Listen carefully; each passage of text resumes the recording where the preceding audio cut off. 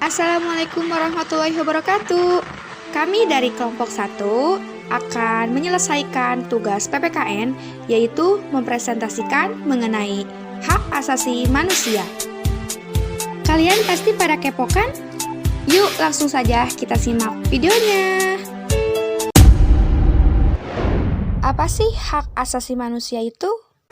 HAM ini bersifat universal, artinya HAM berlaku bagi semua orang dengan berbagai ras, suku, etnik, agama, dan kedudukan.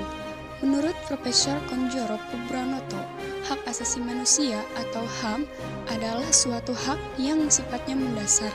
Hak-hak yang dipunyai pada tiap-tiap manusia tersebut dengan berdasarkan kodratnya. Pada hakikatnya tidak akan dapat dipisahkan sehingga akan bersifat suci. Hak asasi manusia tercipta bukan semata-mata hanya keisengan saja, tetapi HAM hadir dan tercipta karena memiliki tujuan. Tujuan dari HAM tersebut sangatlah mulia. Maka dari itu, kita semua perlu mengetahui tujuan dari HAM. Dan berikut beberapa tujuan HAM yang dapat kita lihat di bawah ini. Tujuan pertama dari hak asasi manusia yaitu dapat melindungi manusia tersebut dari perilaku kejahatan, kekerasan, dan kesewenang-wenangan. Tujuan kedua dari HAM yaitu dapat mengembangkan rasa menghormati dan menghargai antar setiap manusia. Tujuan yang ketiga dari HAM yaitu mendorong tindakan yang telah dilandasi oleh tanggung jawab dan kesadaran agar menjamin hak-hak dari orang lain tidak akan dilanggar. Selanjutnya, ciri-ciri hak asasi manusia atau yang disingkat HAM. Di antaranya yaitu 1. Bersifat hakiki. Hak asasi manusia adalah hak yang diberikan dan dimiliki semua manusia sejak lahir. Inilah kenapa manusia harus menjunjung tinggi hak-hak dasar yang sudah dimiliki oleh satu sama lain. Jika setiap manusia memiliki kesadaran untuk saling menghormati dan menjunjung tinggi satu sama lain, maka kehidupan akan lebih harmonis, selaras, dan jauh dari konflik atau pergolakan sosial. 2. Universal. HAM bersifat universal atau berlaku bagi setiap manusia yang ada di dunia tanpa melihat latar belakangnya.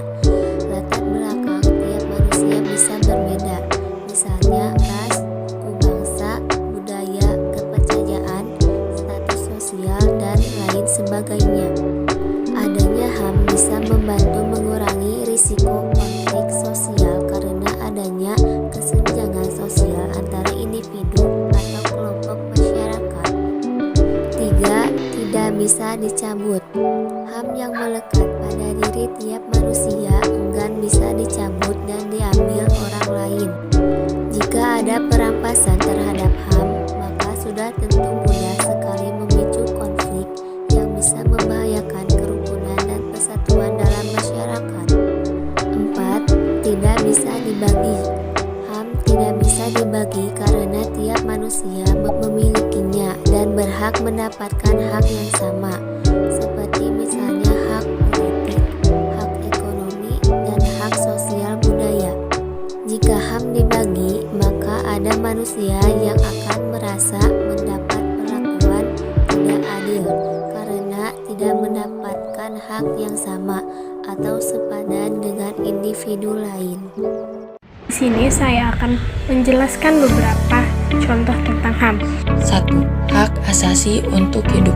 Contoh dari hak asasi untuk hidup seperti setiap manusia berhak untuk hidup.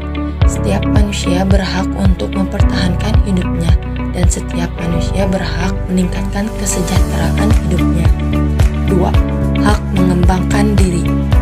Setiap manusia berhak untuk mengembangkan dirinya secara layak. Adapun contoh dari hak ini yaitu setiap manusia berhak untuk berkomunikasi serta mendapatkan informasi sesuai kebutuhannya. Setiap manusia berhak untuk merasakan manfaat dari pengetahuan, teknologi, seni, dan budaya. Yang ketiga, hak memperoleh manusia berhak untuk mendapatkan keadilan yang sama di mata hukum, sehingga tidak ada diskriminasi terhadap individu atau kelompok tertentu. Yang keempat adalah hak atas kebebasan. Maksudnya, setiap orang bebas menentukan agama yang dianutnya. Setiap orang juga bebas untuk menentukan pilihan politiknya. Setiap orang juga bebas mengeluarkan pendapatnya. Bebas juga untuk menentukan keluarga negaranya. Yang kelima, hak kesejahteraan.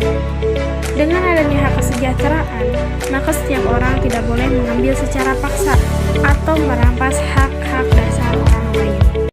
Mengutip dari buku Pendidikan Kewarganegaraan, menurut Deklarasi Universal Hak Asasi tahun 1948, pasal 30, menjelaskan macam-macam hak asasi manusia antara lain. 1.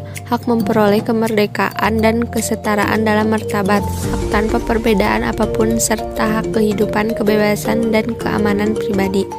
2.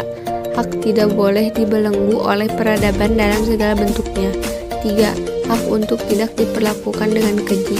4. Hak di bidang hukum seperti kesamaan di bidang hukum, perlindungan hukum, ganti rugi, dan hak untuk tidak melakukan penangkapan, pengadilan yang adil dan terbuka, dan hak atas pribadi.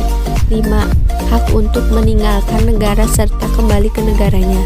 6. Hak untuk mendapatkan suaka di negara lain. 7. Hak atas kewarganegaraan. 8. Hak atas kekayaan. 9. Hak atas kebebasan keyakinan agama. 10. Hak atas kebebasan mempunyai dan mengeluarkan pendapat. 11. Hak untuk berserikat dan berkumpul. 12.